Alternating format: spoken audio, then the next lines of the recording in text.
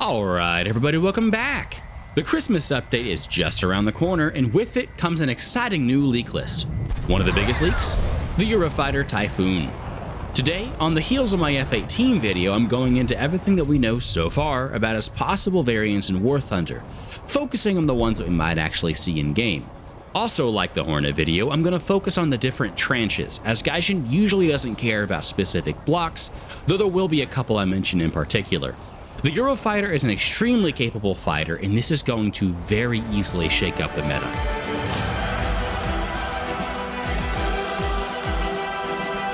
Tranche 1 is the first production version of the Eurofighter, and the one that is in the leak list that was just released, though it does come in several different names.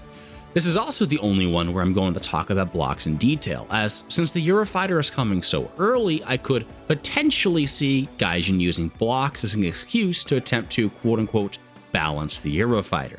The first tranche had a pretty big jump in capabilities through the blocks, most notably for War Thunder being the addition of the Striker HMD midway through. Block 2, which is the first version that we could potentially see in War Thunder, did not have an HMD. That came shortly later with the Block 2B.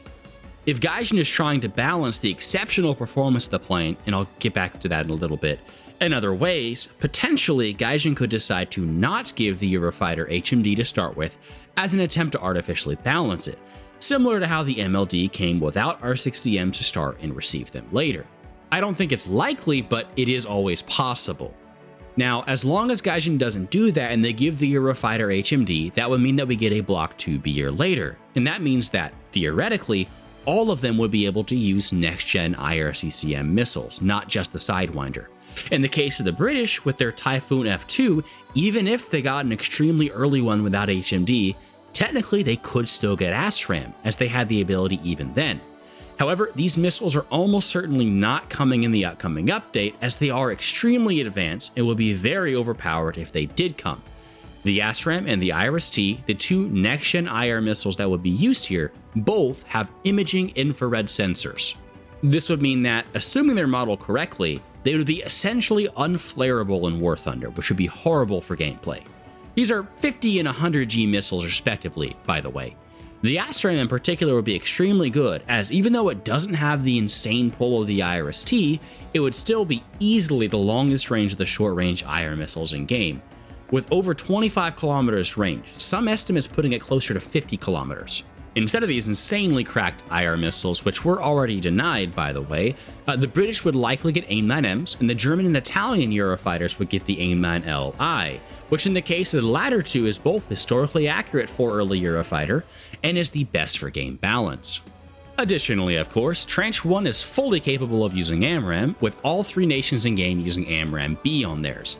As for the number of missiles, the most common loadout would be 6 AMRAAMs and 2 Sidewinders, the outer 2 radar pylons also being capable of using IR missiles if you prefer. There is also a double rack for IR missiles that could be used on that pylon, though it is extremely rare, in which case, hypothetically, you'd be looking at 4 AMRAAM, 6 Sidewinders, so a maximum of 10 missiles in the Tranche 1, 8 being the more likely loadout and the one that basically all operators use. In combination with the 352 countermeasures that the Eurofighter has, this would be a very good kit on what will almost certainly be the best flight model in War Thunder. The only potential downside that I can see, and it's a very small one, will be the radar, as it's quote-unquote only a mechanical scan radar, since we're starting to get PESA and potentially ESA radars in the near future. However, it is a very strong mechanical radar, and honestly, in War Thunder, I doubt it'd be a massive issue, especially since almost all current top tiers still have a mechanical scan radar. Additionally, the Eurofighter, at least as long as you play Britain or Italy, has access to an extremely advanced IRST system called Pirate. It can do some really cool stuff like getting the range to a target without the need for a laser. It has TWS, and by the way, assuming they model it correctly, it should have at minimum 75 kilometer range. That is, of course, in clear weather, and to be quite honest, Gaijin is kind of hit or miss when it comes to their IRST system, so I wouldn't really rely on that. The one problem is that for my German players at least, the German government elected to not pay for it on the earlier Eurofighters. So if Gaijin sticks to historical accuracy, the German one will be the worst Eurofighter, even if slight. However, IRST was tested on some German airframes, so Gaijin may simply give it anyways for parity. The last thing is, of course, its CAS ability. Tranche 1 initially was basically purely air-to-air, though Block 5 brought some limited air-to-ground capability in the form of 6 paveway laser-guided bombs, which, especially for Germany, would bring sorely needed CAS ability. This is the variant I think is the most likely to come to War Thunder as simply Eurofighter Tranche 1, or your respective flavor for the different nations. There's just one thing that worries me. The Eurofighter for the Brits was originally specified as the F Mark II, not the FGR-4. The Brits renamed the Eurofighters to FGR-4 whenever they were upgraded to Block 5, so potentially this means they could be adding an earlier, non-CAS capable version of the Eurofighter, at least for the Brits. This could be because the Brits used FGR-4 as their designation for all of the Eurofighters after this and continuously upgraded them, and also because realistically the Brits don't really need more CAS at top tier, unlike the Germans. So rolling back a couple minutes, do you remember how I said that the Eurofighter was so incredibly strong that I thought there was potential that Gaijin may decide to not give it HMD to try to balance it? On top of the strong kit and, radar cross-section reduction, it also has some absolutely ludicrous flight performance as well. Delta Canard planes have exceptional turning performance in War Thunder, and the Eurofighter would be that, but on steroids. I can't find any proper sources with exact numbers, but you can expect it to beat every American 4th gen in the game in a dogfight, and basically everything else except for maybe the Rafale. Imagine you take a Gripen, but now it has F-15 levels of thrust as well. This translates not only into insane dogfighting performance, but also great BVR performance as well, with exceptional time to climb and high acceleration being the key to getting off your missiles first and at higher speeds. The Eurofighter can go from breaks off to 10.5 kilometers at Mach 1.5 in less than 2.5 minutes. Don't be fooled by that rounded Mach 2 top speed, by the way. The Bundeswehr was kind enough to give us the actual top speed, which is Mach 2.35. All of that performance, by the way, is just with the normal engine settings, because Gaijin could theoretically go ahead and give us the war engine settings, which will give us 5% extra power, though it already has a higher thrust to weight than the competing Rafale, even with those normal engine settings. Another big thing when it comes to its performance, especially in Sim, is its ability to supercruise when loaded. The speed varies depending on the source, but most seem to claim that the Eurofighter can supercruise at Mach 1.2 when loaded for air-to-air, Mach 1.5 with an interceptor load, missiles only, which would be awesome both for cruising around in Sim and for making it back to base in a timely fashion when you're low on fuel and air RB.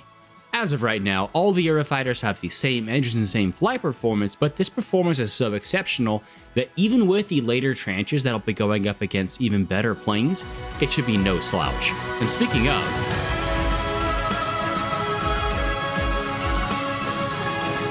moving on to Tranche 2, this was a much more minor update, with the radar being upgraded to Captor D and notably gaining the AMRAAM C5. For air-to-ground, at this stage the more advanced Paveway 4 and later as an upgrade the Brimstone were added for Britain. Interestingly, this tranche also gained the ability to target 6 different targets of laser-guided bombs, automatically switching the laser to the next target. This is potentially something Gaijin could decide to model in the future, but I highly doubt it would have it whenever it comes to War Thunder. Another part of Tranche 2 was digital integration of the Iris-T. This enabled a very interesting feature. The Iris-T could actually be used to shoot down missiles that were detected by the MAWS system, sort of like APS in a tank. The MAWS is integrated into the DAS system, and it has full spherical protection with no blind spots, while also being pulse Doppler, so this means that even if a missile is burnt out, it will still spot it coming in. British Eurofighters also gain access to a laser warning system like helicopters, though I doubt this will be modeled in-game, and if they ever do, it would be when other aircraft get them as well, most likely. Tranche 1 has the DAS system as well. The only difference here is that with the Tranche 2, you'd be able to slave your Iris-Ts to any missiles coming at you. This is the version, along with the Twin-C versions of all the tranches, that I think is the most likely for Gaijin to skip if they do decide to do so, just simply because over Tranche 1 it adds barely anything. I could maybe see them adding it if they want to have a version of the plane that has the really good IR missiles and don't want to give it to the Tranche 1, but still don't want having super long-range missiles. That brings us to Tranche 3, which was the next major upgrade of the Eurofighter, and the next that I personally think is likely to come to War Thunder after the initial Eurofighters. It would have the same radar as Tranche 2, just renamed to Captor M at this point, an excellent mechanical radar still, but falling further behind, as by this stage, PESA or ESA will be very much the norm for fighter aircraft. The greatest update here will be access to the brand new, extremely long-range Meteor missile. For those who aren't aware, this is a ramjet-powered air-to-air missile with 200-kilometer claimed range and a no-escape zone of 60 kilometers to altitude. The only downside of this is that even though it does have a throttleable motor, the peak acceleration is still lower than that of AMRAAM. This is a really cool ability, and this will make it very difficult to bleed speed, especially compared to AMRAAM. However, if you ask me, the lower acceleration would mean that in the small massive War Thunder, the better acceleration and close to medium range performance of the AMRAAM, especially the later models that we'll have by this point, would probably leave it as being more meta, at least for ARB. This difference in acceleration is actually part of the reason why in real life, German Eurofighters run a mixture of AMRAAM and Meteor. The AMRAAM is also much cheaper, which helps. All the Eurofighters would still maintain access to AMRAAMs, and in the case of the British, they would actually have access to the AMRAAM-D, them being one of the few nations beside the US to be able to purchase them. Italy and Germany recently bought the export AMRAAM C8, and so this will give you your choice of which missile you prefer. The air-to-ground ability once again was improved, gaining 2 missiles, both of which we will almost certainly never see in War Thunder. The first one is the new Storm Shadow cruise missile for Britain and Italy, a GPS-guided missile with over 250-kilometer range. The Germans instead chose the Taurus cruise missile, which is also GPS-guided, but with over 500 kilometers range, and this one has an infrared terminal seeker. At this stage, the Brimstone 2 is also equipped for both the British and the Italians, with a maximum of 18 missiles capable of being loaded. Germany has purchased Brimstones of their own incredibly recently, but they purchased the Brimstone 3 and those have not been integrated yet. However, by the time we get the Tranche 3 in game, there's a very good chance that that work will have already been done. Tranche 3, with its new incredibly long-range Meteor missiles and improved strike ability, brings us almost everything we need out of a modern fighter, but there was just one thing missing, and that's an ESA radar. That brings us to our next step in Eurofighters.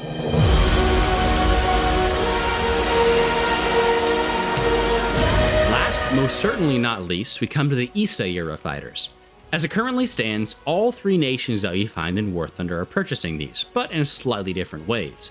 Germany and Italy are purchasing new build Tranche 4 aircraft, the massive upgrade being the new Captor E, also known as the ECRS for European Common Radar System.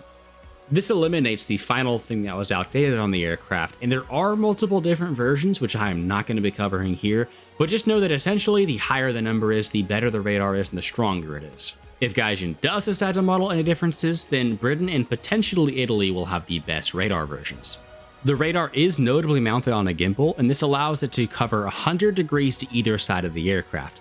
Basically, this means that Tranche 4 could perfectly notch missiles while still guiding in its own. Britain has instead elected to upgrade existing Tranche 3 airframes with the new radar and software upgrades to Tranche 4, the first being completed literally earlier this year. For War Thunder, these two would be virtually identical, as the lifespan improvements of Tranche 4 be of zero importance in War Thunder. Allegedly at this point as well, the limitations on the fire control system of the Eurofighter have been lifted, allowing all pylons except the center drop tank one to carry missiles. I have seen this said often online, but I have no proof, so take it with a grain of salt. If true, this would increase the maximum amount of radar missiles to 10, with 2 IR missiles as well. By sacrificing one set of radar missiles to bring twin racks, you could, in theory, bring 14 missiles, for example, 8 Meteor and 6 Iris-T. At maximum, this would be only 2 less radar missiles than the F-15EX's 12 missile load, and it would be one of the strongest missile kits in War Thunder. However, as it currently stands, I have seen literally zero proof nor a single airframe running it, so the plane likely would come with the same 6 radar missile maximum seen in earlier tranches. There's a very good chance this will be the last tranche that we see in War Thunder, as Tranche 5 is nowhere near complete. I hope y'all enjoyed the video. This was a lot of painstaking research, and I had a lot of help as well from people who are much more knowledgeable than me when it comes to the Eurofighter, so thank you to everyone that did help. If you enjoyed the video, let me know in the comments down below, and feel free to check out the F-18 video I made last week as well, because that is almost certainly coming this update as well. Hope y'all have a great day, and I'll catch y'all next time, so peace, y'all.